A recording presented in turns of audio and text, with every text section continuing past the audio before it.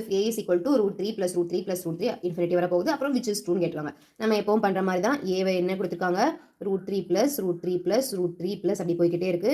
இதை நம்ம என்ன பண்ணிக்கணும், ஃபர்ஸ்ட் அந்த root 3 மட்டும் இந்த ஒரு 3 மட்டும் வச்சுக்கணும். மீதி எல்லாத்துக்கும் சேர்த்து என்ன போட்டுக்கணும், a போட்டுக்கணும். ஏன்னா தெரியும்ல இதுவும் a தான். கிளியர் தானே? சரி, இப்போ என்ன பண்ணணும், இனி taking square on both sides a square is equal to 3 plus a ஆயிடும். இப்போ இதை வந்து ஒரே சைடு எடுத்துட்டு போயிட்டோம்னா a square minus a minus 3 is equal to 0. இது நம்ம வந்து ஃபேக்டரைஸ் பண்ண முடியாது. இது நம்ம ஃபார்முலாலே எழுதிக்கலாமா?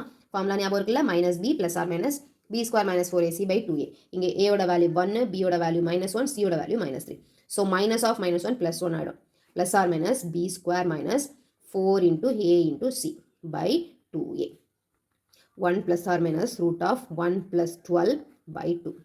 1 plus or minus root 13 by 2. இதில் நம்ம பாசிட்டிவ் வேல்யூ மட்டும் தான் எடுத்துக்குவோம். 1 plus root 13 by 2. ஓகே, நம்மளோட ஆப்ஷனில் a lies between